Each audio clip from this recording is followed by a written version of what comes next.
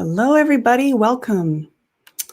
We are right on time. Welcome, welcome. So good to see some familiar faces here. Marcia, I know, working through Susanna Conway's Unraveling 2020. I did drop that in the chat. That is definitely one of my most recommended resources. I think I've been doing it for 2-3 years now, and just the questions that she asks are absolutely fantastic. And I think it's so important to obviously do the proper reflection on our year behind us before we even think about planning for next year. So I would love to know, how are you feeling about the fact that we are pretty much 2 weeks out from the end of the year? Welcome, Danica, Esteban, welcome. And if you haven't had a chance, please fill out the poll below. Just want to get a sense of where people are at, both in terms of their knowledge and experience of Notion. It seems like we've got a pretty big range today. A lot of beginners, a lot of advanced folks. So for those of you that are pretty new, you're definitely going to be seeing some more advanced setup here. And I'm going to try and do my best to make it as minimally intimidating as possible. Dragon, good to see you. Oh, I love how diverse this community is. People from all over the world. Amazing. Welcome.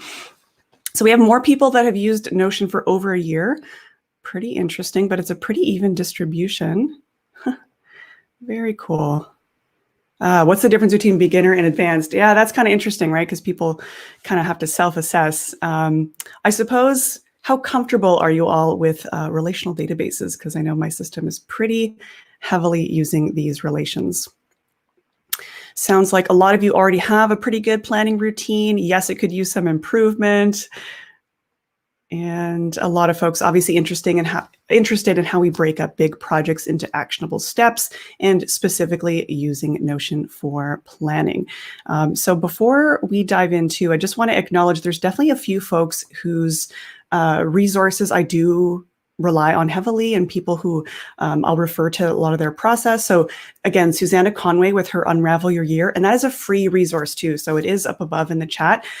Also, today's session, it's going to be an hour to 90 minutes. I'll stay late if people do still want to go through and still have questions. But what we're doing today is kind of a crash course. Like, this is something that I would probably take, I'd probably take a weekend, honestly, to do a lot of this reflection and planning.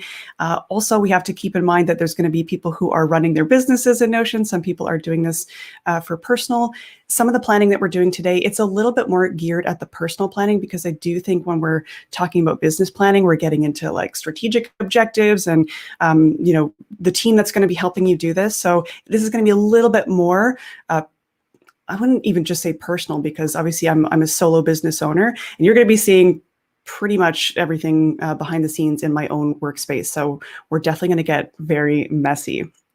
Welcome, Barcelona, France, Bay Area. Very cool. Amazing. Okay, cool. So Unravel Your Year, amazing resource. Recommend that. 12-week year. Many of you have probably heard me mention that book over and over again. That's going to be a huge one if you do struggle with planning. The 12-week year is probably something that I go back to every single quarter and remind myself. That's going to be really helpful. Some of the review process too, use questions from Taylor Pearson, Tiago Forte, and doing your yearly review is going to be so much easier if you've been collecting this information over time. And so a lot of you, you might have seen other parts of my workspace, but daily journal, weekly review, monthly review, quarterly review, all of this stuff is going to make doing your yearly review so much easier, which of course is going to give you that additional information when you think about your year ahead. Amazing. Charlie Gilkey is another sort of recent one that I'm reading his Start Finishing book. Amazing. Really recommend that. Again, especially if you struggle to kind of chunk down your projects. Welcome, Ben. Good to see you here. Awesome. Okay, cool. So my setup is kind of based on several core key databases, and I do move stuff around in my space, and you're going to see we are going to jump in and get pretty messy. You're kind of going to see how I reflect on my own databases and how I sort of manipulate and move them around. But the core key databases that have always kind of stayed the same are that yearly database, quarterly database, monthly, weekly, daily. Goals, I kind of see milestones as goals, and milestones I think are They're important. I don't think they're absolutely essential. Not everybody does personal KPIs. That's totally fine. But those are the databases that have never really changed. And so let's jump in. Okay. And just want to get a pulse on how people are feeling. I'd love to hear, what is something awesome that happened to you in 2020? Because obviously it's kind of a weird year, a lot of mixed feelings. I know for some people it's been amazing for business. Other people, we have family members that have gotten sick. It's been kind of a weird time. So I'd love to get a pulse on how people are feeling about 2020 is almost over. Moved into 2021. Nothing really. Yeah, let me know how you're feeling. Oh, amazing. Defended your dissertation, got a dream stove, moved in with your boyfriend. Amazing. Amazing. And how many of you have already started doing a little bit of this reflection process to look back on 2020? Ah, Adrian, amazing. Adrian was one of the first people that ever hired me for Notion work. So grateful. YouTube, got a new job, much happier, amazing. Aw, I feel like a lot of people got new pets this year. Launching a course, launching a podcast, amazing. Releasing an e-course about color, that's super cool. Oh, scared to reflect. Oh, I'm curious, Gray, why are you scared to reflect? Well, I know a lot of you planning nerds will have already started your yearly reflection. Amazing, really nice to hear this stuff. Cool. Well, let's jump in, because obviously the first thing that we want to do as part of our, before we can plan ahead, we have to do a bit of this yearly review. And so the review page is actually something I'm experimenting with lately. Let me know if you can see my screen okay and if the resolution is all right. Marcia said, I was surprised in my annual review how many things did go well despite everything. Yeah, amazing. Hypercritical, especially even in the face of success, of things that I didn't do well. Yeah, I think a lot of us can relate to that. And even with planning process too, like I know a lot of people kind of beat themselves up if they make plans that they didn't really end up following through on. And again, you're going to see some of my messy space here. I'm going to show you kind of how I go through this process. And okay, a little blurry, but still readable.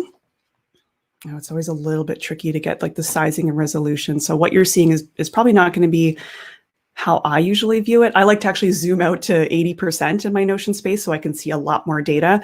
And it obviously gets a lot smaller, and not everybody likes to see it that way. But hopefully you can see my screen okay. Okay, great. Yeah, and there's an amazing quote. Mariah Cause said this the other day in her annual planning, and it was this idea that it's not about achieving the goal, it's about who you become in the process. And I really, really love that. So I think the planning process is so much more important than the actual outcomes. I'm huge on that because we notice stuff about, why didn't I follow through on that? Like, why has that been on my to-do list forever and I've never gotten around to it? Is it still important? So I think that stuff is really important to reflect on. So this will be a pretty interactive session. I'm going to keep an eye on the chat. If any questions pop up along the way, definitely add them to the Ask a Question area below. As you can see, I'm a pretty open book with this stuff, so you're going to get to see this real life messy stuff in action. Okay, cool. So I've got this review dashboard. Again, this is fairly new, and this is me kind of pulling all of these different databases into one place. So this is kind of what it looks like. The North Star, the values, the commitments, these are things that I actually pull into many other pages. Again, they're like reminders. They're these anchors for me. These are like personal and business values. So I do recommend having something like this for yourself. So figuring out what your vision is and making it super, super visible all the way down to your weekly agenda. And I will show you a little bit about that. Jessica, because this is still kind of in process. I think after I do this review, I'll definitely be updating this inside of Notion Mastery course. For those of you that are in the course, I know there's a few students here, you'll definitely get access to this. Yes, exactly. Plans are useless. Planning is indispensable. Awesome. Okay, cool. So I love to make this stuff beautiful and visible and have this sort of dashboard where I can come to and just reflect on everything. Here are some of the commitments that I had this year. I'm experimenting with the Apple Pencil, which is pretty new to me. So just making this a place of creativity and fun. And what I've done is I've filtered most of these to show just the current year. So as I'm thinking about what are those commitments to myself in Q1, these are filtered. If I remove this filter, you're going to see a bunch. These are empty. I haven't designed these covers yet, but I can open up these. Taking rest, simplify, right? So I can filter these however I want, and I can show them in different ways in different parts of my workspace. Goals. And so what I did here is I pulled in my goals database, and this is filtered to show everything where the year contains 2020. And that's, again, why these different databases are so important, because I pull them in to so many different dashboards so I can visualize and put the right filters in place so I can see just what I want to see. But in this review, I'm wanting to see everything that I had on my plate for 2020. You can see all the goals that I had here. You can see take a European vacation is 0% complete, so that didn't happen. I can see everything with the checkboxes, ones that were complete. You can see that a couple are not totally finished, and that's fine. Launching a coaching program, that was something that I had on my list this year. That didn't happen, but lots of other things happened instead. And so it's not about judging yourself, it's just about reflecting on that. And I can open up one of these if you want to see what these goals look like in more detail. And again, I reference these databases often, right? So the year, the quarters, the months, they're all connected up. And that helps me kind of zoom in or zoom out at any level. So I can click in and jump into 2020 if I want to, and I can see all sorts of different data. My daily journal rolls up into my weekly agenda and into my months. Some of these I've had to minimize and hide just so you don't see all of my my daily gratitude and wins and challenges. There's a lot of personal stuff in there. But yeah, these snapshots are super important. So launch a coaching program. And I could say part of the reason maybe this didn't happen too is, dates weren't put in there. Like not all of the milestones were really well clarified. Next steps, like there's nothing in there. And so I think I wasn't totally committed, or I didn't have the bandwidth to do it. So, and why is this goal important? I didn't put that information in there, right? What are the obstacles I'm likely to face? I didn't do that. So I think when we don't put the intention behind these goals and we really break them down into why is this actually important in the first place, it's way easier to put this stuff off. So I just wanted to show you what that kind of looks like. And this stuff is so personal. Planning is so personal. Goal setting is so personal. I love to see inspiring images. I love to theme my space. A lot of you love like a really minimal theme and not using color. Obviously, nature is going to be one of my big ones. So I like to kind of look at this overall snapshot. And then we're going to start to jump into some of these projects here. Oh, how is progress calculated?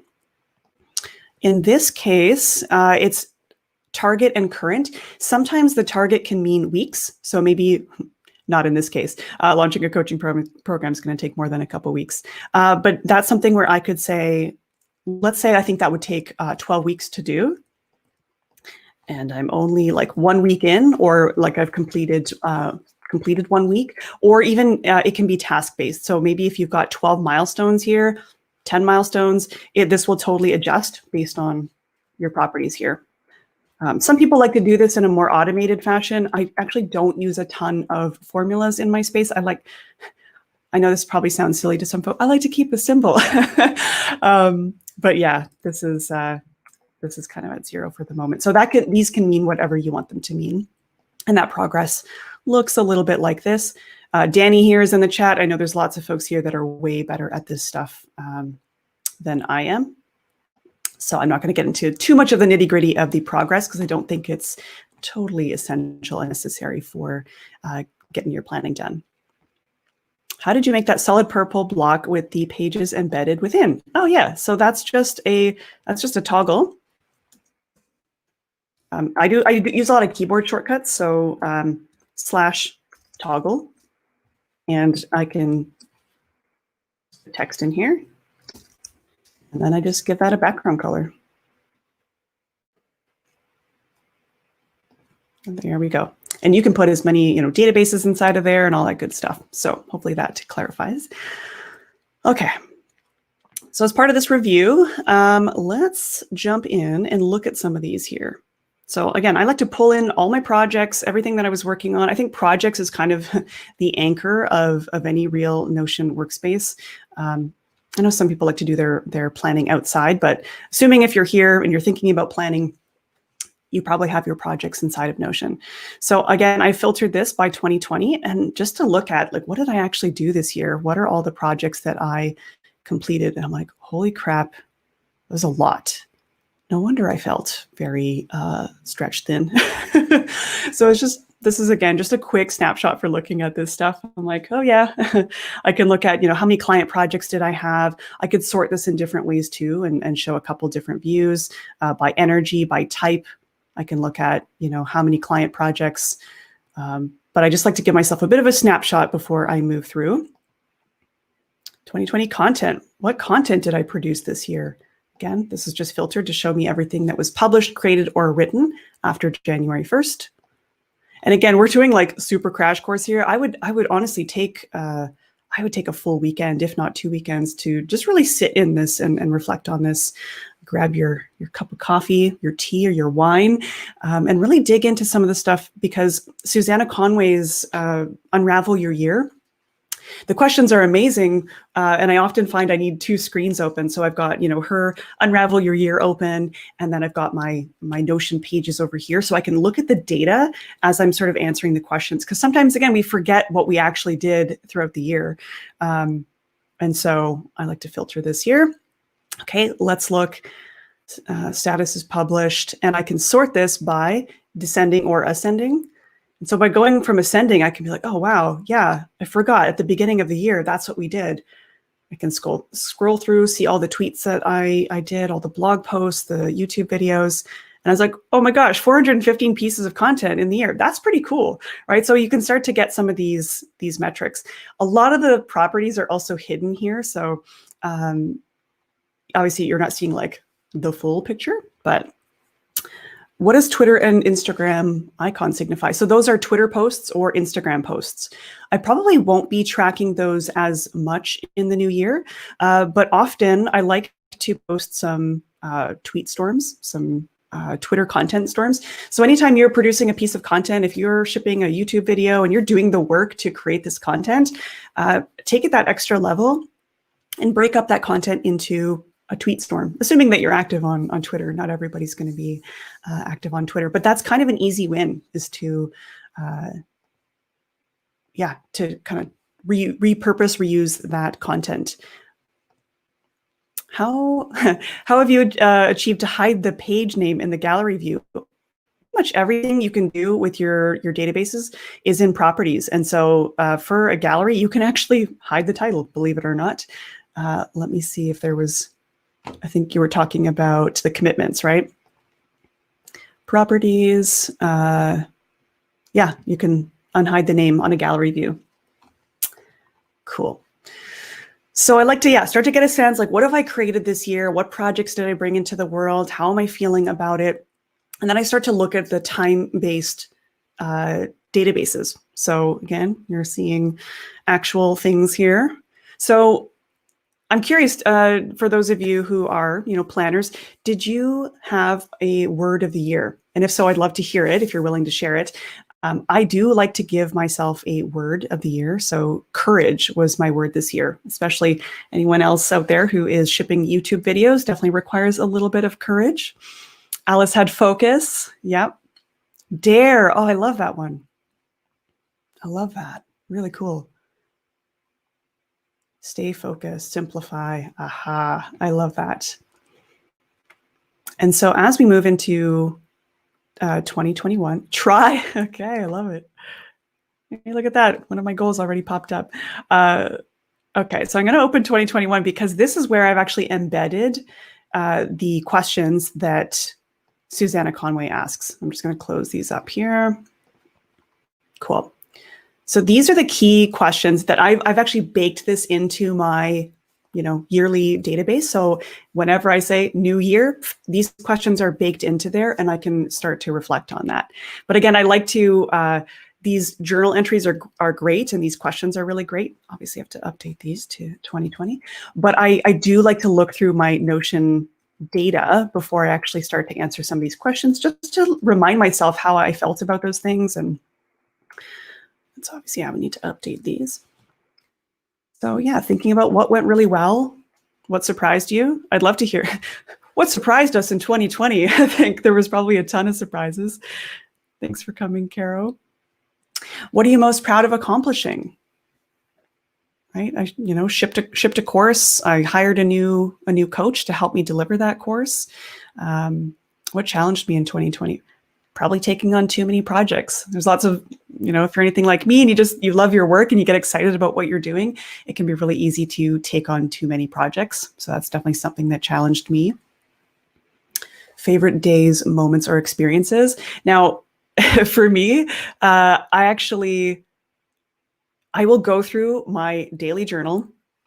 And so I have a view of my journal that actually shows me all of the highlights, and I will read through all of them. So it's like looking at your year in a snapshot and just looking at all the highs, all the lows, the challenges. So again, I can't show you all of that stuff because there's some seriously personal stuff in there, but I will have that open in one tab or one window.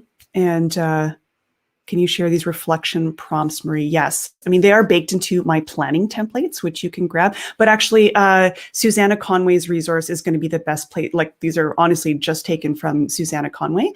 So I will definitely, if someone can share that in the chat. I did share it in the chat already, but I want to make sure that folks have Susanna Conway, Unravel Your Year. Google that, and hopefully somebody can drop that in the chat. Cool, thank you.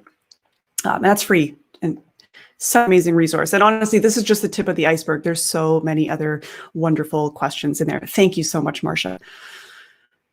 Okay, I have a generic question. I write a journal with random thoughts that fall into different buckets. Can we move a line or thought from the page to tag it and copy it into a categorized page?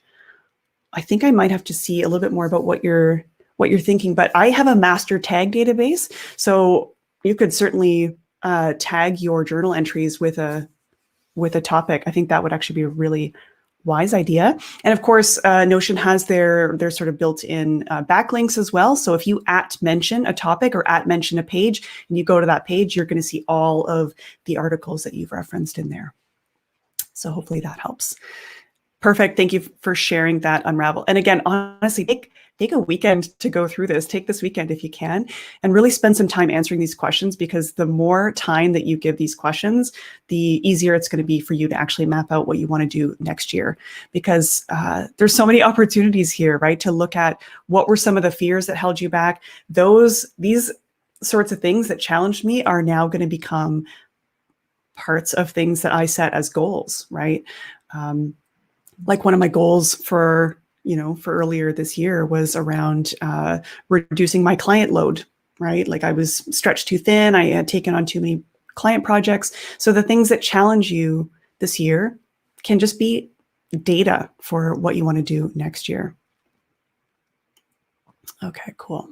Just checking in with the questions here.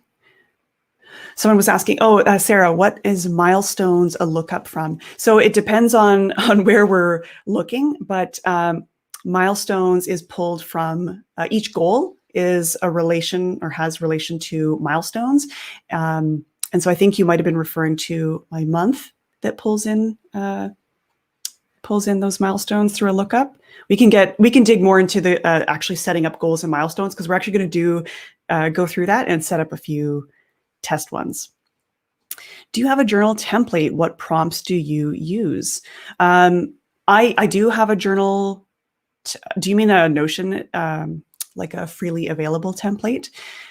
If so, I can see about dropping a simplified one in the chat, but obviously my setup is pretty interconnected. It relies heavily on lots of different relations.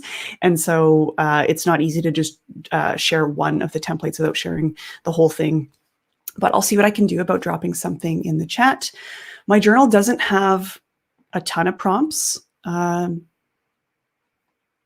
It's actually more, yeah, maybe I'm going to open up a page where I can show you that, hopefully without digging into too much personal information. But because I have so many relations with my journal, everything is kind of at the top. It's like, what was my happiness level? What challenged me today? How can I improve? Let me just open up one to share. So here's what I track on a daily level. What is the theme of the day? And most of these are templatized. So Monday has a template, Tuesday has a template, Wednesday has a template. So preparing and planning, that's what Mondays are for. I track whether or not I was in a flow state. Did I win the day, which means did I do the task that I said was most important? How am I feeling? Effectiveness, energy, happiness. Move your body is a relation to a database with activities. So dancing, walking, snowshoeing.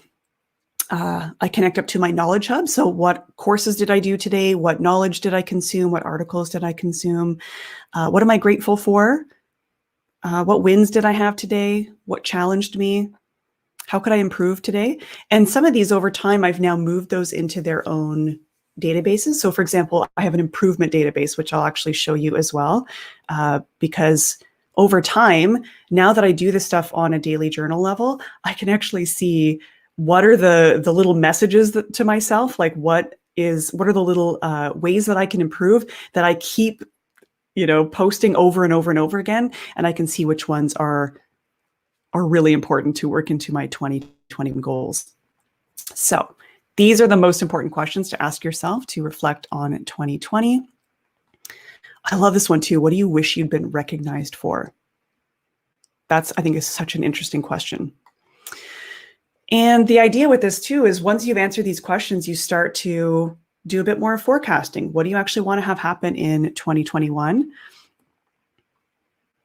What are you feeling apprehensive about? All of this stuff is beautiful data that's going to help you fill out your goals and your projects, which we're going to jump into. So, and I love these too, like preemptively identifying what are the challenges that you're likely to face, right? So I'd love to hear from you in the chat. Like, what do you want to bring into the world in 2021? What's your big, or multiple, maybe of, several projects? What do you want to bring into the world in 2021? If you've already thought about that and you have a sense, are you launching a course?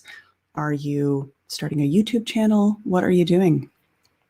Yes, all of this is from Unravel. The reflection, the forecasting, the declaration, all of this is in there. And this, I think it kind of ends up in a declaration. And again, this is stuff you can work into your weekly agenda as well if you want these reminders on a more daily, weekly, monthly basis. Because I think in the past, at least what I used to do, what I was guilty of, is you set these big intentions, you do your big year planning, and then it sits somewhere that you kind of forget to review. And so you kind of miss your anchor a little bit. And yeah, it's got to be more visible if it's important. Prototype your copywriting business, do more public speaking, writing. Yes, creating an online course. Very cool. I suspect a lot of online courses will be birthed in 2021. And I love this too. This is the year I will say no to, and this is the year I will say yes to. So I love these anchoring statements. They really help me shape up the next year. Can you share an example of how to build relationship goals and milestones? Yes, totally. We are going to do that. So I'm going to start sharing some of my goals and show you how I actually set that up from a database perspective. So year summary, quarter summary. And again, like once you fill out that information, it starts to populate in this way, which makes doing your reviews a lot easier. So as you can see, the pink ones are the goals, and the yellow is the milestones that are related to those goals. So every goal has a set of milestones that it's going to take to actually hit that goal. It's one thing to actually name a goal, but it's another thing to obviously break it up into, well, when do I want to achieve this by? What's the appetite, or what's the size of this goal? Is this something that I want to do in a year? And some goals will take multiple years to do. I try to break them down into something smaller, like reducing client workload. That was my Q1 goal. That was going to mean like firing clients, letting go of clients, developing a live stream plan. So there was, create a functional live streaming setup. There's equipment that I need to build. So you got to break up those goals into smaller goals. So this is just like a snapshot summary. There's lots of properties here that are hidden. And again, I'm going to go through this when we make a goal from scratch, and you'll kind of see how this happens. But there's lots of properties here. So for example, KPI progress, right? Theme. I like to kind of theme each quarter. I find that really helpful. Progress, projects, right? I can kind of see what projects I had on my plate at the time. But I like to just kind of look at this as a snapshot before I jump in. Month summary, similar. There's a lot of data in at the monthly level as well. Grateful for, and again, these are rolled up from my journal entries. So I can one click turn these on, and it's going to pull in every daily entry for that month, which again, just gives me more data to work with, because I'm always wanting to work through these personal challenges. Those just become things that I want to rework into the new year. And again, it just shows you, like, you can view this information in any way that is helpful for you. Learning too, like, what courses did I take in 2020? Any other course junkies here? Oh, Marsha was asking KPI, key performance indicators. At the personal level, this, may not be as exciting. I kind of think of goals and milestones. A lot of other folks like to do the, OKRs, objectives and key results and all that good stuff. But I find that a little technical. It's not it doesn't light me up when I think about KPIs, even though they're important. So here's my, library of courses that I took in 2020, right? A lot of courses happening here. 34 courses. Some of these are in various states of consumption. Yes, exactly. So for anyone who, has followed past videos, I am calling what used to be Knowledge Hub is now Library, because Knowledge Hub actually pulls in library, my master tag database, and more kind of wisdom. So I sort of think of this as like things I'm clipping. And Knowledge Hub is basically the dashboard that pulls it all together. Esme, I know you guys have eagle eyes. You always notice this stuff. So this is something I'm exploring. I don't know if this is something that I want to do, but I've started a skills database.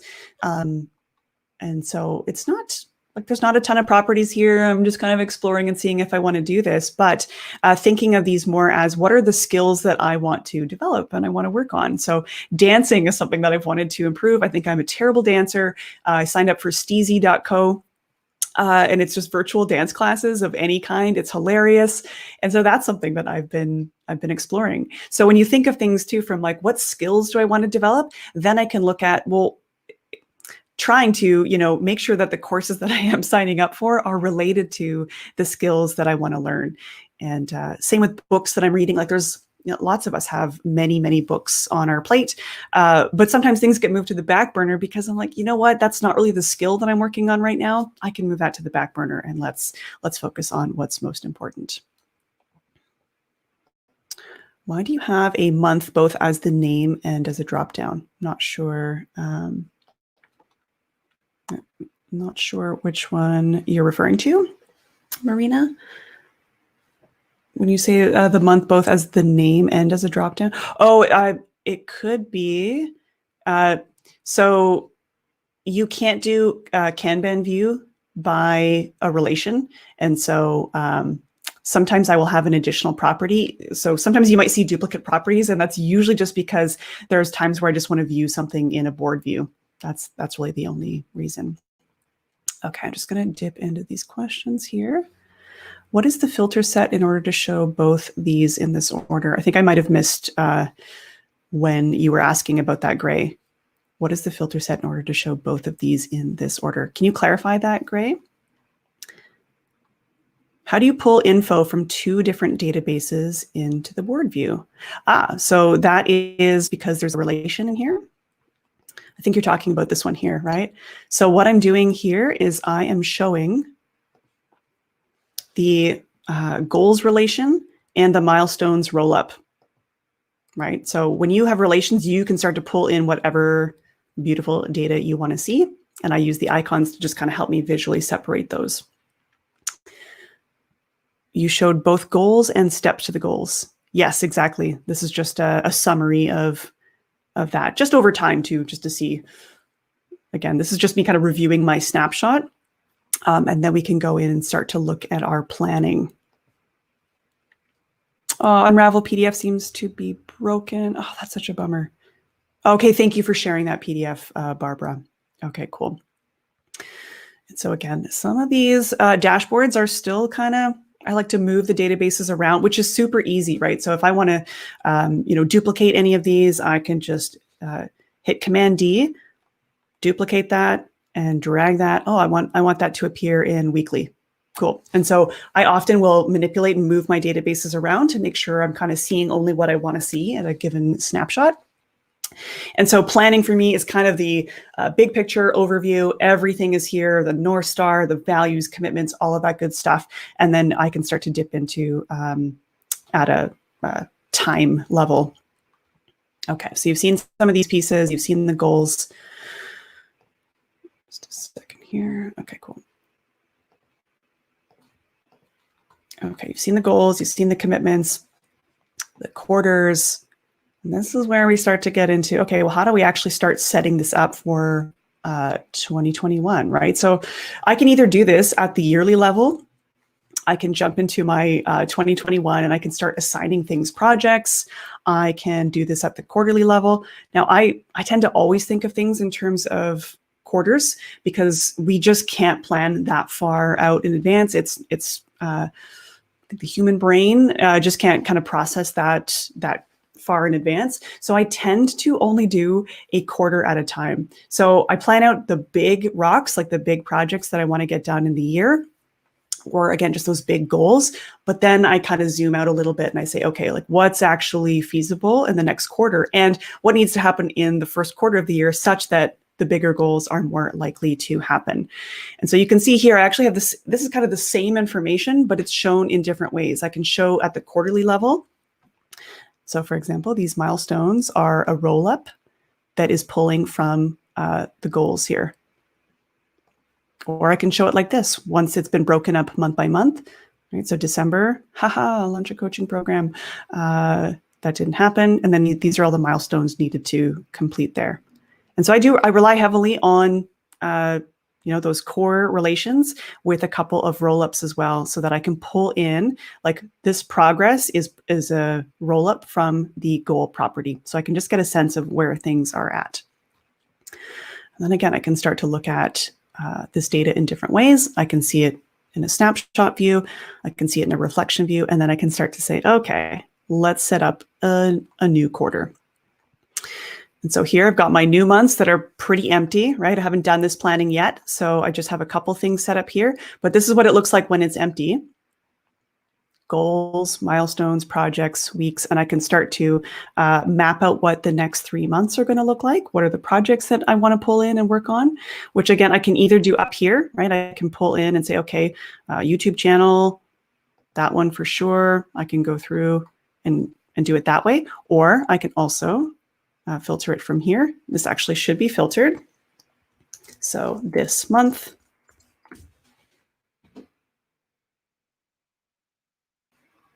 what happened there? Here we go. Okay, filtered to status is active and date. Actually, let's say projects where the month contains January. And because I didn't actually assign myself to those, so let's remove that. I'm just going to show everything that is assigned to January. That should update because we're in January 2021. Let's double check. Quarters. Why is that not showing? Let's see, that filter should be showing. Okay, just took a minute to pre-populate. So I can start to look at, and when you pre-filter that, right? So when you create a new month, these all have templates here. New month, edit. this should be pre-filtered to show any projects that are on deck for the month. So this, because this filter wasn't actually here, I'm actually just going to remove this. And we're going to say, just show me everything where the month is the current month. New month. So then it's kind of ready to go for you to begin adding those projects. Cool. And even this, I'm actually changing up a little bit. So review and update life goals. Some of these are from Tiago Forte. Review and update the projects list. Why, at this point, like, why would I click off and go there when I'm already kind of in planning mode? So I would actually, again, projects are here, goals I can embed in here, areas of responsibility, even that I don't do the same way. I start to pull this data in here because these are already existing in databases. So I might actually change up this, this monthly database to make it more useful to me. Cool. And then I like to take a look at the snapshot of all of the projects that are on the go, because chances are I am going to archive some of these projects. I'm going to have to reevaluate, are they still important? Still working on these? How am I feeling about this? And so I like to just give myself some options for how I show these projects. So I can look at it by type, by energy level, gallery view. There's a couple different generally energy is what I look at here. I think these are filtered. Anything that's not archived, not completed, or status is not back burner. So I can just kind of go through, look at what's on my plate, which is a lot. Okay. And if some of you saw one of my recent project planning videos, I've really been relying on this energy use, because again, from week to week, from month to month, certain projects kind of take the forefront. If a client is launching something that I'm helping them launch, that gets moved to extreme. Right. So Ianla's launching her course this week and I'm kind of on call and helping her with that. So that is extreme energy. Same with productized offers. This little checkbox is something that I've added as well, which means I have a team that I'm collaborating with that is helping me. And so same with this one, actually, that should be checked on. And so sometimes if I'm like hiring a consultant, I'm collaborating with someone, I want to be able to see that visually. And that can also kind of help me think about what is the size of that project? How much of my effort is that taking? Do I have other support with me? And so I can also see some of these courses, for example, are ongoing, which means they've been on my plate forever. And at this point, they've become almost more of an area of responsibility than a project. And so I might actually decide I want to archive these projects. I want to mark them as complete. And then I want to start making smaller projects out of them. So things that I can complete in less than 2 months. So this is kind of a new thing that I'm trying to work through. And I'm sure lots of you here have opinions on this too, but I know Charlie Gilkey talks about not having more than 5 projects at a time at any time scale. So that might be like 5 large projects in the year, but we're kind of thinking of zooming in and breaking them down. Yeah, I think a lot of people too, they kind of get confused or have trouble distinguishing areas from projects. And I think a lot of this is really personal preference as well. But again, my course is something that it's ongoing all the time. Like that, it never ends. It's probably not ever really going to be complete. And so there's going to be a number of smaller projects that are tied to this. I think I have some related. Oh, I actually didn't relate projects here. There's tons of related projects that might be like setting up my evergreen funnel or like redesigning the sales page, hiring a new coach. So at this point, I think it's not as helpful to have these in my projects in this way. Charlie Gilkey, if anyone wants to share his stuff or his book. Talk about energy as a filter for projects. Yeah, and Barbara, I do have a video on that. It's like my second last YouTube video, I think, and it's kind of how I've been doing my project planning right now. And I can dip into a couple other views, like you're still kind of seeing like an overview of all the different planning projects. But generally speaking, throughout the year, at the end of every week, I'm jumping to my weekly review dashboard. Every month, I'm jumping into my month. At every time scale, I have a different dashboard that only shows me the information that I need to see at that level. So we can dig into a little bit of that. But what that means is for my projects, every single week, these get reevaluated, right? Because this was not my highest priority last week. It is my highest priority for the week coming up. So for example, I might be like, oh, I know that I've got, like this, B3 Media, they were in the middle of a launch 2 weeks ago. So I just moved them over to, a second here. So they were under Extreme. And what this does is all of my tasks they have a relation to projects, and I can sort my tasks by the parent project energy.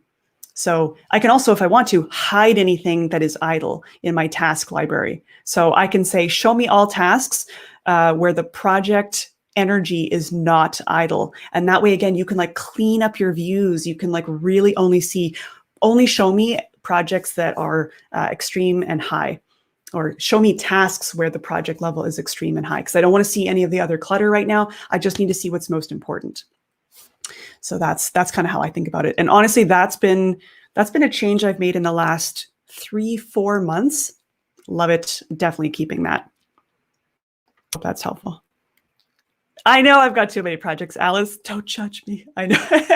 I definitely know. And that's going to be one of my goals, because, it doesn't feel good when you don't feel like you have that spaciousness, for sure. So that's something I want to make more space for in 2021.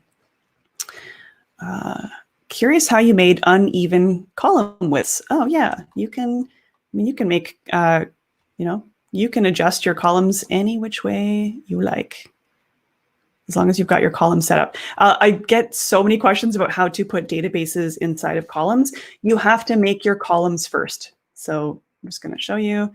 Again, I'm just dragging an empty block into here.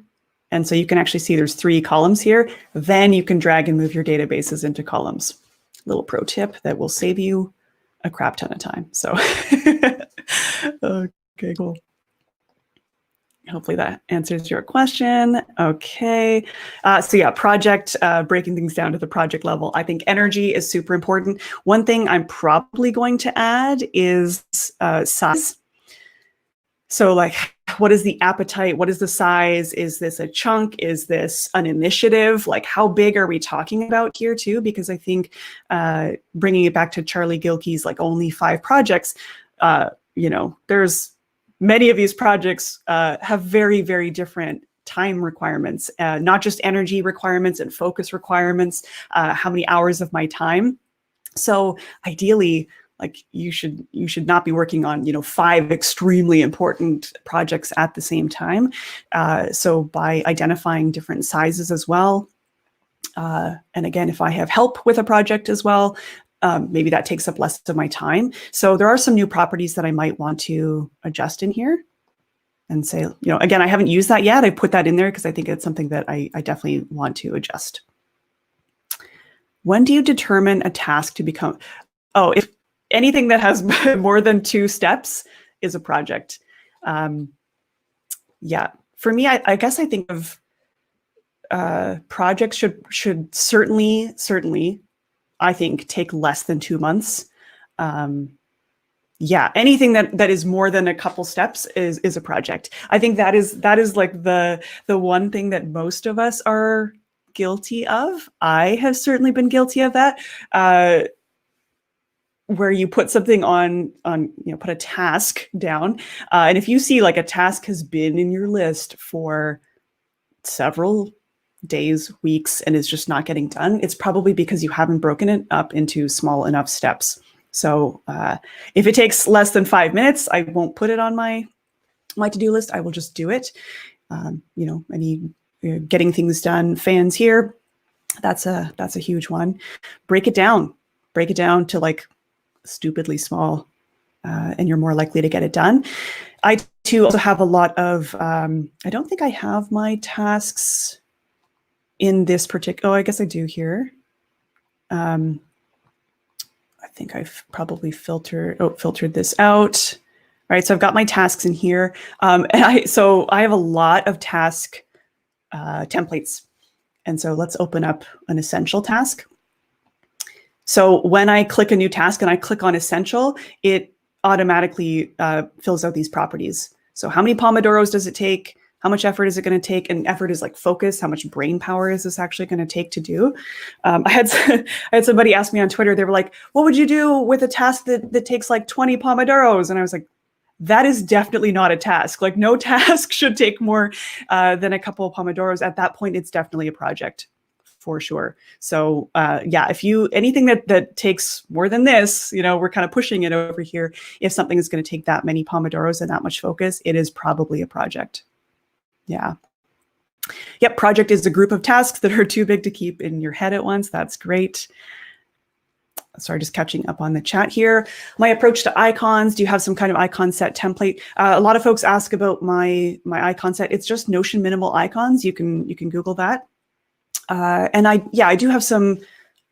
I do rely on color quite a bit to help me. I just find that very, very helpful. For example, events are these red dots. Tasks are green. If it's a win the day activity, that's a template. Oh, let's restore that page. That shouldn't be there. And that gives it a status of top 3. And what that allows me to do is I've got this focus dashboard here that shows me, hopefully this loads okay. The focus dashboard will only show me tasks that are that have that status of top 3, not done, assigned to me. And so if I add a new item here, it's automatically going to inherit that as well. So this kind of helps me. Focus dashboard, filter.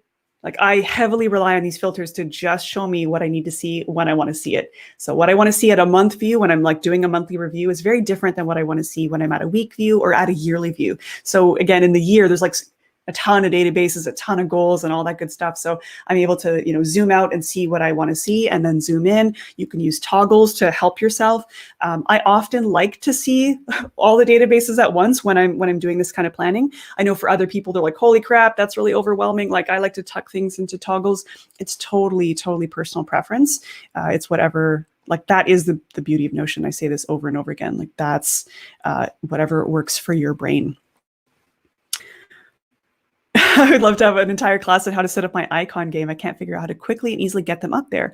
Oh, and that's what those templates are for too, right? Like if I make a new task here, and I know we're talking like planning at the very granular level, I rely heavily on these. I click essential, there's the emoji added, there's the effort, there's the task, it's all there. So I try to avoid as much as possible having to upload and pick an icon every time. I rely heavily on those templates. What is the difference you use with energy and brain effort focus? Oh, so energy is, and this concept is from the book, Making Ideas Happen by Scott Belsky. And so it's like arranging projects by energy line, he calls it. And that is the energy you've decided that you want to give this project. So it's not necessarily the energy that the project takes or that you could look at it as like priority or importance. It's just like this project is important enough. This is getting my extreme energy, attention, focus. Whereas I think of brain effort is like how much deep work is required, like how much of my brain power and focus level, if anyone has read Deep Work, how deeply do I need to focus on this task versus I can answer emails, while you're like watching Netflix kind of, that's like, for me, answering emails is typically a low effort task, unless it's something where I'm like, oh, I have to make a decision here. There's other information that I need to accumulate. So yeah, that's kind of how I think of energy level. And once, I don't know if we'll get too much into the nitty gritty of like task planning right now, but I have I have like a task planning dashboard as well that helps me map things out by energy level, by brain power as well. And that way, when you're kind of mapping out your Pomodoros for the week, I can actually see like, how many super high focus tasks am I putting into place in one week? And let me see here. And again, like I have so many different views here to be like, show me the low hanging fruit. I don't have energy. Like, let's do this. Or the Eat the Frog, right? Brian Tracy, Eat the Frog, right? I can sort this by this is going to take me a lot of time and the effort is super high. So you really get to decide kind of how do you want to view this information in a way that is really helpful for you. I think the planner has two task databases side by side. And then again, I have the projects visible here. They're kind of tucked away, but I find it's really hard to do your task planning without seeing, okay, like what's actually on my plate right now, what's most important. And I can start to drag these items into the calendar such that I can see, okay, if I have like 3 high energy tasks today, and like these are going to be about an hour, it's like, okay, like today's going to be a pretty intense day. Like this is what kind of helps me map out what my week is going to look like. And in an ideal case, I've actually broken up what does an ideal week look like for you? I think as part of your planning, I think it's really important to map out what does an ideal week look like energetically. You know, are you batching certain things on certain days of the week to be really mindful of your energy? I definitely need to do that. Like I know if I have 1, 2, 3 calls in a day, there's no way I'm going to be able to write a blog post. It just uses such different energy level. And again, this is what I love about Notion is that you can change your mind. You can manipulate information in different ways. I never used to do the Pomodoro. I never used to look at things on the calendar view, but I have found that the calendar view, now that I'm coordinating with more people and working with more contractors and team members, I need to be a little bit more specific and mindful about when things are getting done. I might change my mind next quarter and be like, I don't like the calendar view. I want to look at this in a timeline view or you know, a different view, and that's totally cool. So new properties get added and sometimes taken away if I find myself not really using them. Let's see. You mentioned having several databases that you can pull into dashboard spaces with filters. My question is, how do you navigate the tension between creating several databases that are related through relational databases versus streamlining some of those databases into an existing database as property columns, status, multi-select, etc.? Yeah, I mean, I think there's several, you know, core key databases that have stayed in my space for the last 2 years. I certainly do, you know, clean things up and just like notice where I'm not using something or notice where maybe this would make more sense as a relation to my tags instead of having a drop down. And so I think you only know by using your space over and over again and just noticing where there's friction, noticing when you're not using something, like what feels good, what doesn't feel good. And again, it's another thing I love about Notion, I think, is that it does force you to look at your own behavior, your own tendencies, your own preferences. And everything is just, I think, a design project that you get to design for. So this isn't feeling good. Okay, what's missing? What do I need to do here? Like, oh, there's like way too many things on the go. Okay, what properties are being used here? What's working? What's not working? I think it's just an opportunity for design, really. I don't know if that answers your question, but basically my relational databases have not really changed all that much. Like the year, quarter, month, week, day, my library or knowledge hub, my master tag database, my tasks and projects, like those are the most commonly used databases that I use all the time, and they haven't really changed much. I'll make sometimes tweaks to the drop downs and such, but they haven't really changed all that much. How do you manage executing what you've set up for yourself in Notion versus adjusting your Notion for better productivity? Also, how do you keep yourself clear among the techniques you're implementing or trying out? That's so interesting. How do we keep yourself clear among the techniques you're implementing or trying out? I mean, I've been using Notion for, you know, I don't know, 2.5 years or whatever. So it is like tailor-made to the way that my brain works, right? So some people might see this and be like, oh my gosh, that is like, that is like way overwhelming or this or that. But like it works for my brain. It's just, for me, it's just tweaking at this point. And because I can move so fast through Notion, I can duplicate databases and move and filter, I can just move them wherever I want. So I do think, of course, there's that danger in not doing procrastinating planning, right? Like, is this, and this is where I don't fuss with formulas too much, right? Like, is this actually adding something to my space, or is this busy work, right? And, you know, obviously in an ideal world, we're setting up these spaces such that we can get things done quickly and get the right things done quickly. as much as I love, playing in Notion, like that isn't always the most productive activity, right? So it's just getting, it does take a bit of time, I think, to find your flow and make sure that you've got a system that works for the way your brain works. How do I use timeline? I think I covered a little bit of that. I pretty much only am using the timeline view for projects. And even then, like I don't always use this view. Like I have a couple different views here, right? Internal energy, like energy is probably the most commonly used one, where I'm like, okay, that's like not as important now. I can kind of move this around. But yeah, I just use it for projects. What's the difference between tasks with an arrow and a circle? Honestly, I think I just changed up my system at some point. So they're probably the same. I need to use Jesus from now on. Okay. Just checking the chat here. Okay. A couple questions have popped in. The purple box on the outer page is solid purple. Is it, it's filled with pages. How do you get the box to be purple? It says planning and review. Yes. Okay. I know what you're talking about here. Little hack, little shortcut. Okay. So let's say I want to put this into like a pretty purple box.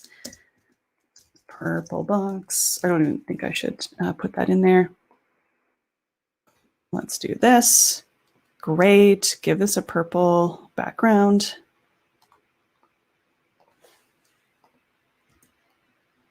And actually, I should be able to just delete that line. There's like a couple different ways you can do that. But yeah, there's the purple box.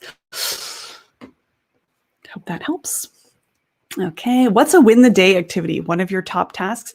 Yeah, exactly. So I know we're not getting into like weekly planning. I think honestly, I'm probably going to do like a workshop or a course on weekly planning, because I think that's like the most effective. And once you get a weekly planning routine going, like everything else is smooth sailing. And so, and really we could do this at any level, right? Like monthly planning, weekly planning, quarterly review. There's so many nuances at each time scale, but I think weekly planning is such a powerful process. And again, doing a weekly review, I think, is seriously a life-changing activity.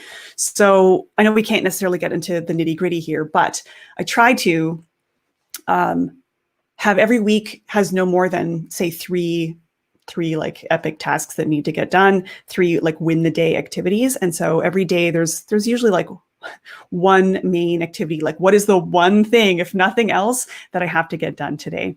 And that's the win the day activity. So yeah, we'll probably get into more of that nitty gritty. I think that's still, after 14 months, the video about setting up a weekly agenda is still my most watched YouTube video. And so I feel like it's the thing people have the most questions about. They're like fascinated by it. And so I think we're going to do a whole session that is just on weekly planning. Have you found particular places where the timeline view really works better than others? Yeah, I mean, at this point, maybe goals and projects are probably the places where it works. Let me go down to one here. Yeah, it's funny, but like, this isn't always the most helpful view, and especially too, like all the names being on the left-hand side. Sometimes even just breaking up the same project database in a couple different ways can be an easier way to view your information. So, these are like filtered by month. And this is just to show you there's like a few different ways you can set up the same information, right? And when you're thinking about your projects too, I honestly, as much as I'm like very database heavy, once I'm in planning mode, and you're doing like the Susanna Conway questions and you're reflecting, I would be doing a brain dump first. Like I wouldn't even be jumping into projects. I would literally just start typing like, okay, projects, what do I want to do this year? Okay, like, do I want to launch that coaching program? Do I want to launch like V2 of my course, right? And I would just start with a brain dump of all of the projects. And then I would start prioritizing, dragging things around, whatever. Just start doing a brain dump.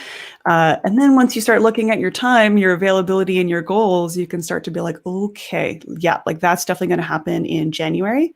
right? And I can say cancel. That's now going to have the filter of January. Not actually going to put that in there right now, but just to give you a sense, like I would do this in a very, very rough format first before I would commit those items to my database. Yeah, so Gray, I'm curious if other folks here have been using the timeline view, and if you think there's a few specific use cases that lend themselves better than others. Honestly, projects at the moment is kind of the only. I could see this maybe working well for studies too. Like if you are taking a lot of courses at one time, and you need a reminder to be like, no, Marie, you do not need to buy another course because you have 6 active courses right now. That might be a really cool use case. Okay, I just missed a couple questions. Probably beginner question. How do you underlay a database with more complex text or links with a color background? I only know about callout blocks or generally adding color background to text. How can you underlay a database or more complex text or links with a color background? I mean, almost everything can have a color background. The only way to do that with a database is if you have a block or like a toggle, and then you drag the database into the toggle. Let's do it. Color. So if I make this, I don't know, purple, and I drag projects into there, that will look purple. And similarly, you can do that same trick where I think you can delete the, there you go, delete the toggle, and now you have color databases. Yay! Let's move that back. There we go. Little hacks like that, but they can make a big difference in your space. Okay, hopefully, did that clarify your question, Alice, with the color background stuff? Hope I'm not jumping ahead. Will you be making these templates available via Gumroad? Yeah, so I do have, there's a number of these templates that are available. I do have a set of planning templates that are available now. I think they are updated for 2021, I'll have to confirm.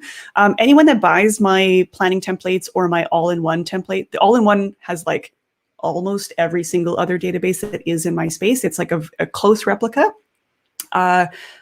You will have access to any of these changes that I make. I always keep folks updated on that. Again, I still feel like I'm sorting out like, okay, what is the best way to set up these databases for my review, for my yearly? I'm not sure if I jumped into some of these pages here, but just like I can look at, all the past years as well. What were the themes that I've had in the past? What have I got here? Okay, what were all the milestones? What was my vision? Quarters, okay, months. I can scroll through, look at everything. Here's my database of improvement, right? You can actually see this is sorted by the number of times I've put this in my journal. So I'm like, okay, no technology before bed. Like maybe that actually needs to turn into one of my commitments for 2021, right? Or like moving your body every day. It's like these little mini affirmations or messages that I send to myself. So noticing these, I'm like, okay, maybe these need to get integrated in some way. So all that's to say, I'm still figuring out what the best, I guess, flow or process is that works for me. Every time I do this sort of yearly review or quarterly review, I do make some changes here. Even like my weekly agenda has a new process here where it's like, plan the week. I won't pull this up because again, it pulls in all of the journal entries from the last week. So I can see all the highs, wins, lows, moods, all of that good stuff. Then I can actually do a proper weekly review. And then similarly plan for the week ahead. So again, I like to review the projects by energy, review the action backlog, start mapping out your calendar. So all of these, again, I still feel like I'm just honing them in a little bit, but you can definitely access the version that was just before this version. And again, anyone if you have purchased any of those templates, I will absolutely send you an updated version before the end of the year that kind of has more of this visual style and a couple of these other databases that weren't in that original set. So yeah, hopefully that helps. Difference between goals, milestones, and projects. Yes, I get asked that all the time. I think of goals as like big picture initiatives, like I want to learn Spanish. And so I might have I will also probably have a project because projects are the most active I almost think of goals as like there are things that I want to achieve, but the project is how I'm going to get there. The project is the bucket of activity that is going to support a goal. So if I want to learn Spanish, I'm going to have to set up a project for myself where I have tasks, probably recurring tasks every week or every day, where maybe I need to sign up for Duolingo. Maybe I need to connect with a Spanish friend, right? And so there's going to be certain milestones along the way. Like, what does it mean to actually learn Spanish? How in depth do I want to go with that, right? So there's going to be certain milestones that are the markers that show I am making progress toward that goal. And the milestones are like, yes, no, like, yes, I did this by this time. Whereas a goal I think of as a little bit more high level, like it's just a thing that you want to achieve. I don't think of those as necessarily like, I don't want to say measurable, because they are measurable in terms of like, did I achieve that? But projects and milestones is where the rubber meets the road. How are you actually doing the work to implement this stuff such that you are going to hit your goal? So often I will have a project and a goal that are similarly named. So let me find an example of a goal here. Like launch productized offers, right? That's like a goal.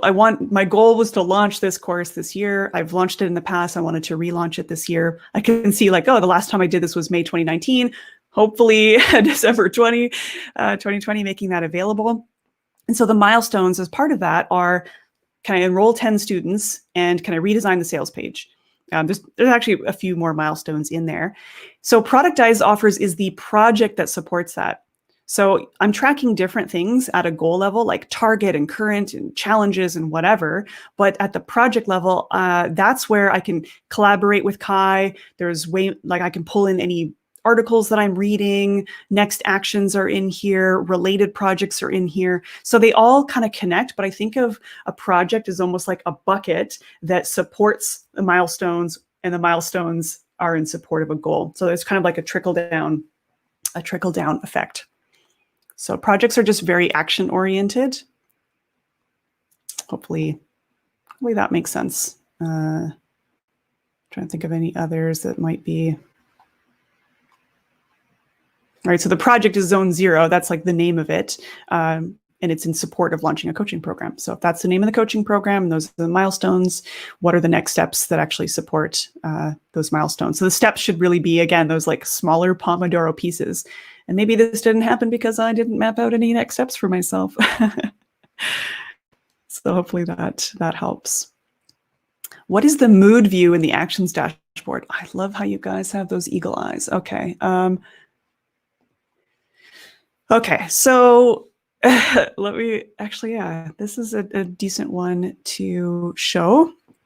Okay, this was something that I was fiddling with. What date are we today? Are we the 18th? Okay, December 18th. Okay, so there are times where you're just not feeling it. Things need to get done, but you're like, yeah, I'm feeling a little overwhelmed today. I don't know.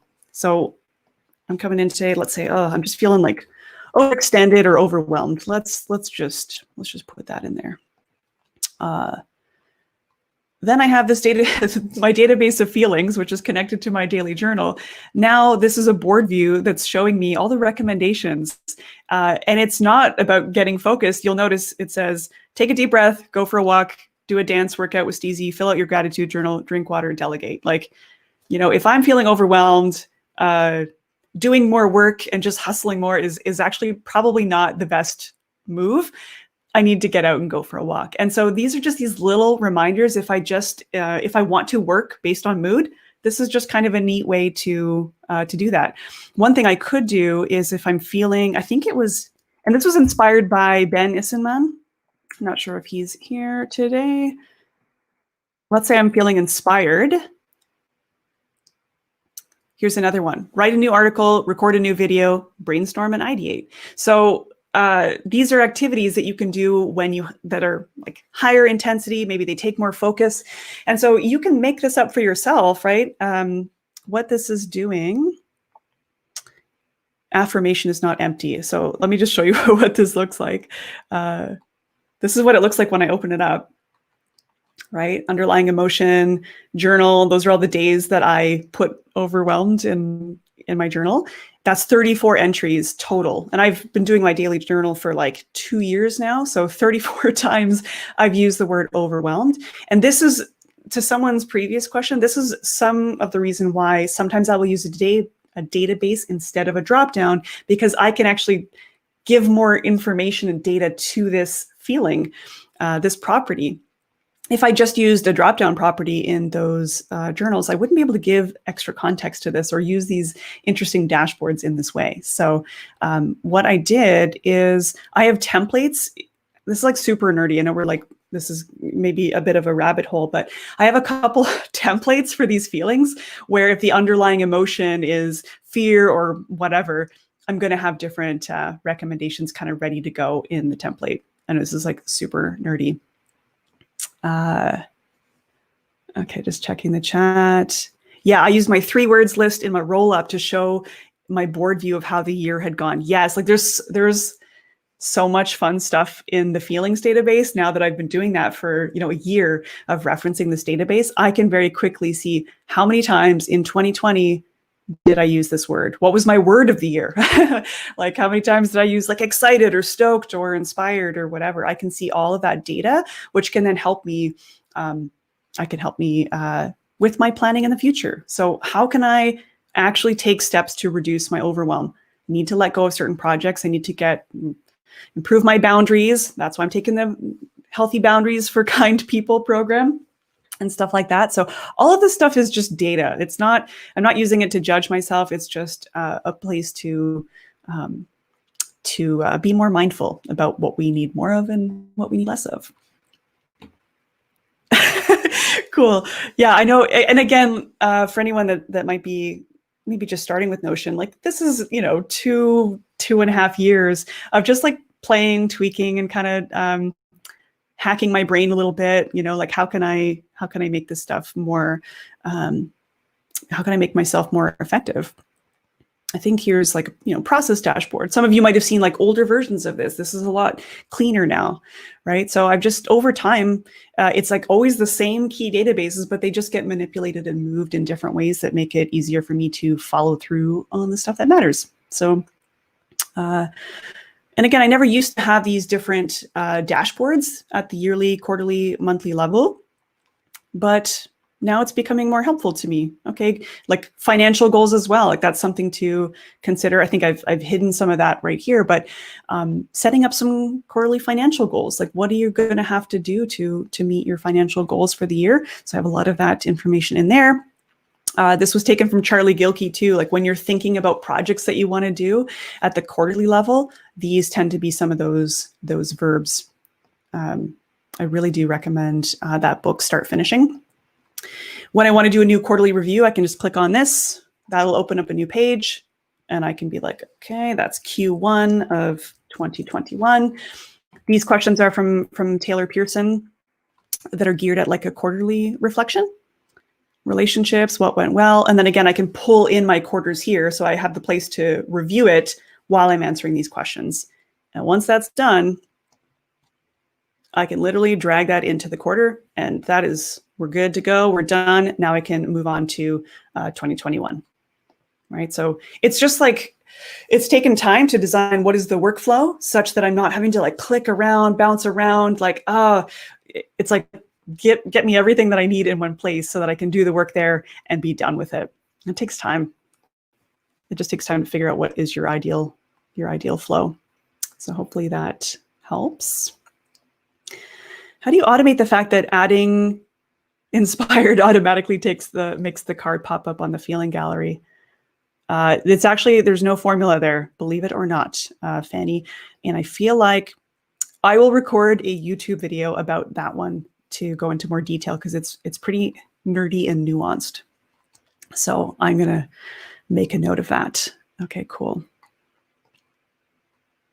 I've done fine integrating daily and weekly review, quarterly and yearly, not so much. Yeah, if you struggle with quarterly planning, I seriously cannot recommend enough the 12-week year. And the idea is that you're taking, what you could have done in a year, but you're actually able to get a lot more effective because you're being way more realistic about how things break down. Again, we are like terrible planners long-term, big scale. And so I think 90 days is always like a really good chunk of time to be able to like really sink into what projects are going to need to support these 90-day goals. So I really recommend, again, Susanna Conway's questions and the 12-week year. And that's a free book, by the way. The 12-week year, there's like I think there's a free workbook. Correct me if I'm wrong. I could be wrong, but it's worth grabbing for sure. Oh, I love this. I think someone does this great. If you want to make a feelings template for a team, how would you set up that database to log stated feelings at morning meetings? Oh, I feel like someone else has done this and asked this as well. Yeah, I guess you'd have to have a feelings database that I guess it depends what your morning meetings looks like. You'd probably want to have a relation. So each person would have, I feel like in your meetings database, you'd almost have to have like how the team feels, and you'd have to have like a date entry that would relate to the feelings. So it's like Gray would put a new entry in for December 18th and relate it to that database. So you'd almost, maybe it's like a meetings and notes relation to feelings, but then you'd have like an inline database. I'm going to have to wrap my brain around that one, but I love that as an idea. I think someone else did that, and it was a way for the team to get a sense of like, how is our CEO feeling this morning? That's a pretty fun use case. What's your decision process on where to house a database that you're pulling into other spaces? That's so hard to answer. I feel like part of this is probably like background in user experience design, web design, and also just like what will give my brain peace in this moment. And so I'm huge on contextual dashboards. Like what is necessary in this moment? Like what am I trying to do outside of Notion? Like just what are you trying to do? What do you need to see? Okay, I need to like get a grasp of what are all my commitments? What's on my plate? So what courses am I taking? What projects have I signed up for? All that good stuff. So it's kind of a reverse engineering from what are you trying to do at the end of the day, and what information do you need to be able to do that? Okay, what databases do I have that support that? Do I need to make any new ones? Do I need a filtered view of an existing database? It's hard to explain, but I think probably if you anyone that's got maybe a background in user experience design or systems thinking, that probably comes a little bit more natural. But again, like because you can literally design anything you can dream up in Notion, it's sort of like, well, what do you want to see? What are you trying to do?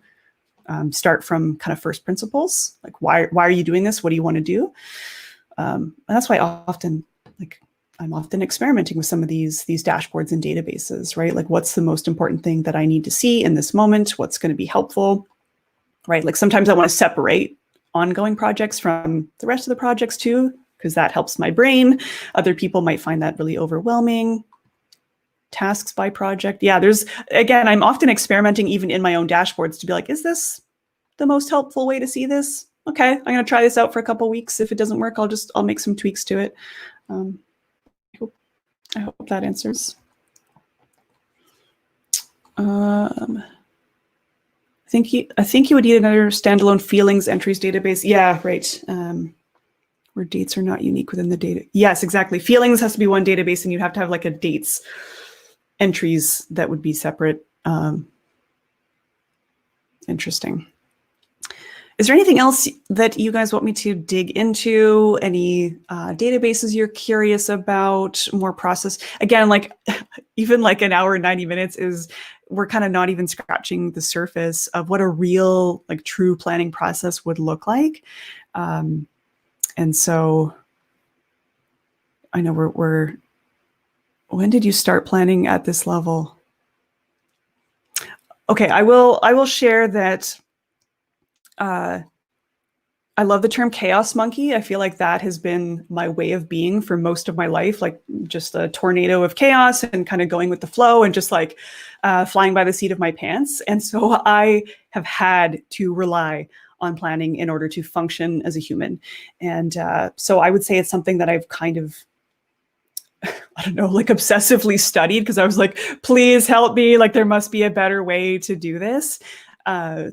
And so it's taken it's taken a long time to figure out a planning routine that really, again, like works for my brain, makes me feel good. Yeah, that would be my superhero identity. I love that phrasing. I really, yeah, painfully relatable. So I really do want to put it out there. Like if I can learn to be a planner, you can learn to be a planner for sure. It's totally a learnable skill. It's just a muscle that you practice like anything else. If you want to get good at dancing, you're going to have to dance every day. That's just how it is. And so that's why for me, when you find a system that works, like 12-week year, I'm like, oh, yes, it's so simple. It is so simple, but it gives me a framework to follow. And I've been able to stick to that. And once I started adopting planning, especially 90-day planning, 12-week year planning, and also setting quarterly revenue goals and yearly revenue goals, I have hit them every year. It's unbelievable.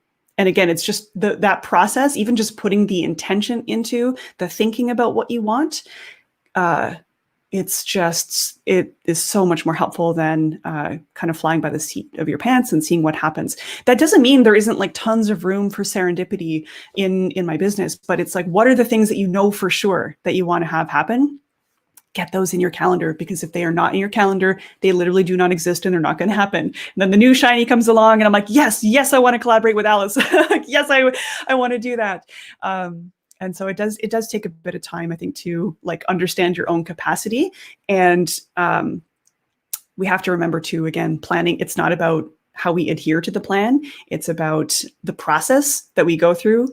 And again, who we become in the journey of planning those goals that really shapes us and changes us. So yeah, you're going to plan stuff and you're going to put goals on there that are not going to happen. And, 2020, I think, has shown us that too. Like, half the stuff that got accomplished this year, like, was not even remotely on my radar at the beginning of the year. Like I had all these like travel plans, right? Like lots of us did. So we often have to shift gears, right? And that's why it's kind of silly also to do a full year plan, because I don't know what September of 2021 is going to look like. I don't know what connections I'm going to form in the next quarter that are really going to open up so many incredible possibilities in 2021. But if you kind of know what anchors you and what you want in the new year, like what you want to bring into the world, who you want to be, that like you 2.0, Megan Minns calls it. I really like that. Then we can start to break down, well, who do I need to become to be this next version of myself? And what skills am I going to need to build? Who are the people that I need to support me in that process? You can start to bring some of those things into life by turning them into projects. So I hope that's helpful. I love the template, campaign planning. Yeah, thanks for sharing that, Esme. The quarterly review, was that a template button? Yes, it was. Yep, so that quarterly review was a template button here. And then again, I like embed databases inside of databases and then drag them where they need to go. Yeah, so please be gentle on yourself as you're doing this planning process. This is a really messy process. Like, it just is. I don't think, I hope that you can probably see that. Like, some parts of this are organized, some parts are very not organized. I changed my mind. I'm like, I don't know, like, is that helpful? Like, we'll see. And it takes a bit of time. And so give yourself some time this weekend and go through, again, whether you use Susanna Conway's questions or you have your own set of questions that you ask yourself every year. I think the important thing is just that you do that reflection. And yeah, it's so tricky, again, just doing this in like an hour or 90 minutes. I feel like it's a bit of a crash course. And so we didn't necessarily get into, okay, how does that actually translate now? How am I going to map out that project over the next quarter? So yeah, I feel like we could probably do a whole planning series. Maybe I'll have to make some YouTube videos to kind of break things up into smaller chunks. a lack of motivation to act the more I lose myself in Notion for weeks at a time. I also recommend for people to, treat setting up their Notion workspace like a project, right? Because it's a thing that you're working on when you're trying to figure this out. And I think we're guilty often we have a lot of things that we're working on that we don't consider projects, even though they take up a lot of our time.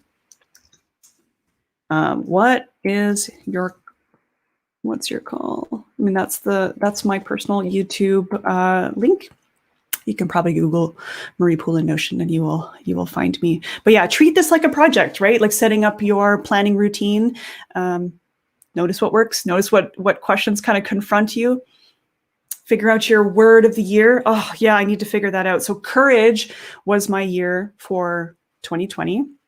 And I will definitely say that was very helpful, especially if you are putting out YouTube videos, just a willingness to ship, even though it feels scary, even though the quality might not feel super high, or sometimes you just don't feel like you know what you're doing. That was really, really helpful for building up a thick skin. But yeah, so I'm still thinking about this. I need to go through that Unravel Your Year this weekend, really do some of that work. And because again, it takes time, I am going to go through all of my daily journal entries, all of the gratitude and the wins and everything, and look at, what do I want more of? And what really challenged me this year. So happy, love it. Yeah, if anyone here has done the work to identify their word of the year, I'd love to hear what it is. It's often inspiring to hear other people's words. Cool. Any other final questions? I know we're at 90 minutes here. It's been a fun session. I hope that this is helpful, inspiring. I know it's not necessarily super tactical. It's again really hard to do this stuff. We almost need like a workshop style session where we could break these up into smaller pieces, into a series. But hopefully it gives you some ideas of how you might want to think about setting up your spaces. Again, those core databases, yearly, quarterly, monthly, weekly, journal. And when I'm planning ahead, I think of almost journal and week as more like day-to-day reflection, whatever. But planning ahead obviously is more like quarterly level, monthly level, milestone level. Recycling my word from 2020 because I don't think I met my intentions. That's great. Clarity.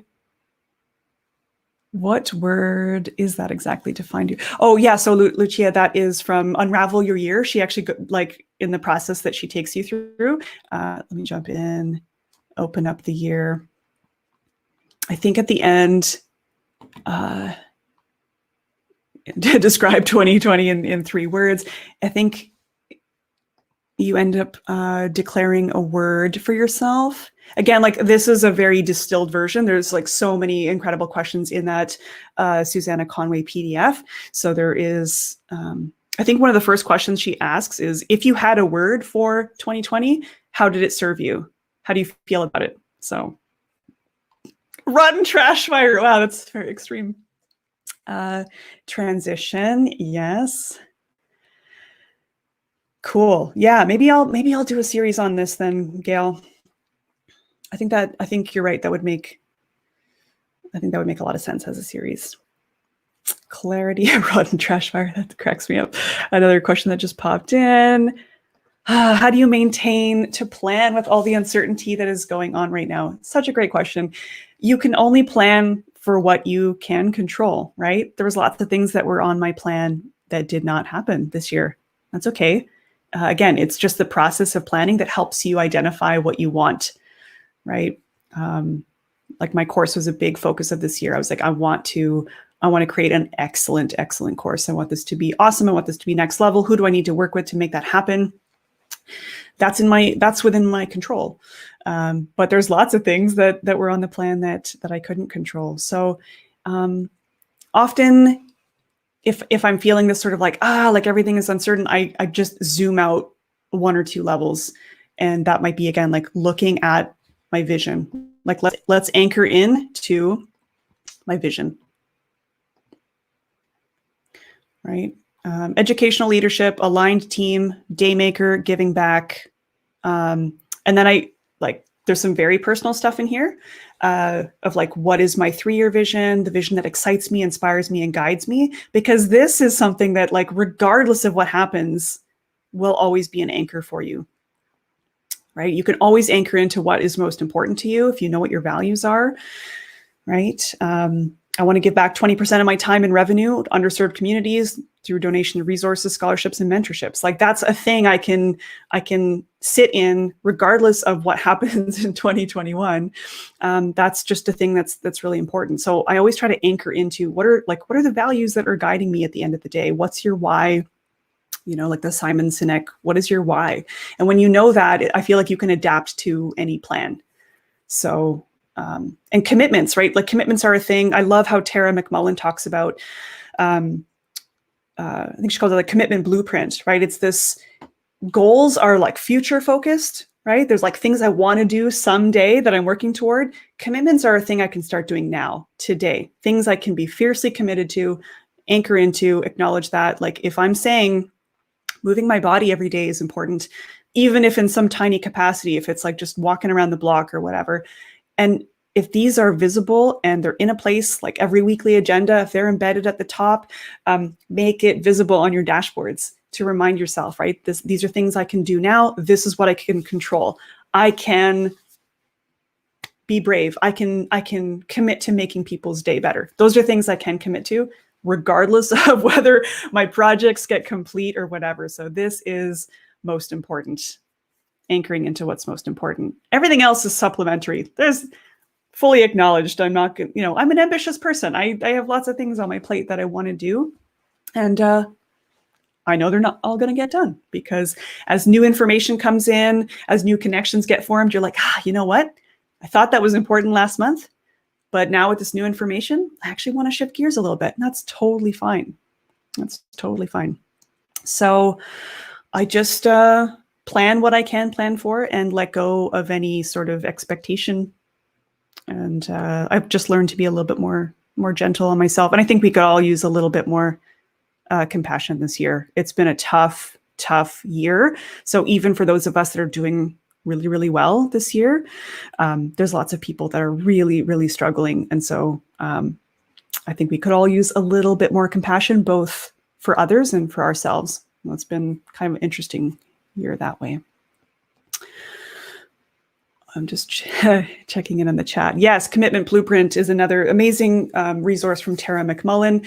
What I'll do, I know like a lot of links were kind of referenced and mentions in people's names. I will add a call to action to this event after we wrap up. Give me like 15 minutes or so. And if you want to check back to this event, I'll add a little call to action button with of course, with a Notion page that will reference just some of the reading blog posts, a couple reading materials, even like live events, YouTube links and things that have really helped me as I think about my planning process. Because, I've been influenced from tons of different people, and I'm always sort of picking and choosing what fits and leave the rest. So that's awesome. I love how we're always taught to think about the whys for companies, but we need to shift focus to ourselves and our planning and our own personal vision. That's such a great point, Lucia, too, because if anyone here is kind of like a solo creator, or maybe you're working on your own or just with one other person, my workspace is very much a blend of business and personal, right? So you can see like most of my goals tend to be business related goals because I run my own business. And so originally some of these things here, the values and the North Star, like a lot of that actually used to be in my personal workspace. And I was like, you know what? They are my personal values and they're my business values. They're one and the same. They're not separate. So I now move these into the team level planning. So Georgia, my incredible assistant, she can see all of this stuff, right? So that way she knows what my values are. She knows what I think of as our North Star. She knows what my commitments are, and she can kind of keep me in check, and she just kind of knows where I want to head. I prefer time versus calendar for my planning. So instead of quarterly, I do 12 weeks, same amount of time, but not rigid. Absolutely. And it's all about personal preference. Wonderful. Cool. Amazing. Yeah, teams need to know the values. Absolutely. In the last updated part of your homepage, dynamic, i.e. today, is the last updated Not sure you're referring to if it's this, but yeah, you can do a timestamp of at now, and that will give a specific timestamp, or you can say at today. You can do that anywhere in your database properties and in the body here. Hopefully that helps. Do you find the template buttons on your actions dashboard are still working well for managing recurring tasks? Yes, I do still do that, Kyle, on my actions dashboard here. I think it's on my planner. Yep. So I will do my weekly recurring items, but I've started again doing this at the weekly level now. So actually having a weekly dashboard, having a place to come to. So I'm like, okay, it's time for my weekly review. Open up here. Again, there's some personal stuff in there. We won't go in there. And then planning the next week, where schedule weekly recurring items. Okay. There's a lot. Great. Okay. Let's do this, right? And I start dragging them in, and all of these have properties already kind of built in. And so I can just rapidly move those in, look at how many Pomodoros, okay, overbooking myself, okay, good to know, right? So I can start to look at, I think this is why it's so important to do the quarterly review. And in the 12-week year, they say you're technically supposed to take a week off between each of those 12-week blocks. And in that week off, that's when you're kind of reshaping, right? A new reshaping process, and you're giving yourself time to clear out some of this clutter, things that you overcommitted to. See, poor Joy. I think I have respond to Joy has been on my, there we go. There you are, Joy. I don't know if you're still here, but I'm gotta reply to Joy, and it's been taking me a little while to get back to you. So, it's that time of year. I don't know if you guys can relate, but the week before Christmas, it sort of feels like everybody needs to get their stuff done before the holidays. So that's real life. It's just there's things that have been on my list that I haven't been able to get to. So some decluttering is going to be required over the holidays. So. But yes, I do still use that weekly recurring item process. So hopefully that helps, Kyle. Cool. Love the idea of a week off to work on reviewing. Yes. Yeah, I think, and I also tend to skip that. I will block that off in my calendar as a non-bookable week. And this is another habit too that I've been practicing or kind of working on. This idea of blocking out the first week of every month such that you're not doing client work. It's my content creation week. And so on the Monday of that first week, I'm thinking about the content for the month ahead and doing better batching, both at the weekly level and the monthly level. So again, I'm always experimenting with what's working, where do I need to create more energy? How am I, where is there friction and it feels like quicksand? What is not quite working, and how can I optimize my time better? Scheduling your planning, check. Schedule self-care. Yes. And that's also why I think planning your ideal week is so essential, that you're putting in the stuff that matters most in the calendar first, even before you put in all your things that you want to do, right? And so I want to do a quarterly retreat, even if I'm not leaving anywhere fancy. I'm not going to a hotel. It's just a staycation, but taking a week or taking a weekend off every quarter where it's just for me to work on my own stuff and to work on my own projects. And so putting that in the calendar for the full year, for 2021, go in there. I'm going to challenge you to do this right now. Put that in your calendar at the end of every quarter this year, 2021.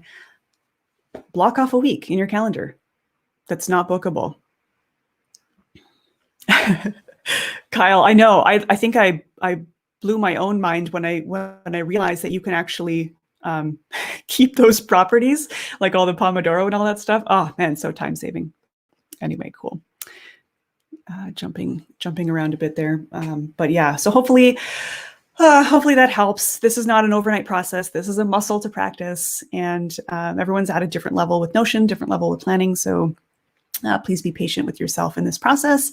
And if you make any changes too, I don't know if you're on Twitter or whatnot, tweet at me, share a screen cap of your workspace or any changes that you make. Feel free to tag me and keep me posted on any changes that you've made. If you found that any of the books were really helpful for you or any of the resources, let me know how that goes for you. I'd love to hear that. And you guys have inspired me. I think it is time to do a planning specific series on YouTube. And yeah, I feel like the planning doesn't end. Like whatever planning I'm doing right now, I'm sure even like early January, there's just going to be some tweaks as new information becomes available. So amazing. Cool. I hope that was helpful, everyone. This is an awesome long session. I really appreciate everybody staying this late. I need a reading list just from these last 2 days. Yeah, I'll send you guys some some homework, and maybe too, if you guys like, I can do a send out from Crowdcast specifically. So anybody that attended this, I'll do a roundup, a Notion page that kind of has a bunch of these links and such. Amazing. Yes, be gentle on yourself in this process. Amazing. Yeah, I'm curious if there was anything kind of like anything that really stood out to you in this session. I'd love to hear. Was there something specific you're taking away? Is there, I know it's a lot, but I'd love to hear if there was something that really resonated that you're going to implement. I'd love to hear. Cool. Thanks, Joy. Thanks, Estefania. Big picture stuff. Cool, Alice. We're going to have Alice on in the new year. One of our office hour sessions coming up. Time to rest. Goals aren't specific enough. Need milestones. Amazing. Brian, I think I'll have to answer your question in a YouTube video with the Pomodoro method. Be patient, creative, lots of purple boxes. Yes. Yay. Awesome. Yeah, how to take things that resonate with you and apply them to your Notion. All of this stuff is just a suggestion, right? It's just to show you what is possible. Now it's up to you to kind of take it and to really make it your own. But yes, I will follow up with anyone that showed up for this session, had a great time, with the full reading list and all the amazing resources that I recommend to make your year better. Thank you, everybody who came today and asked really amazing questions and participated in the chat. And yeah, this is our last session of 2020. Sad. And so we'll kick things back off again in the new year. For those of you that do celebrate Christmas, have a Merry Christmas, have a wonderful holiday, Happy New Year, and we'll see you next year. Bye, everybody.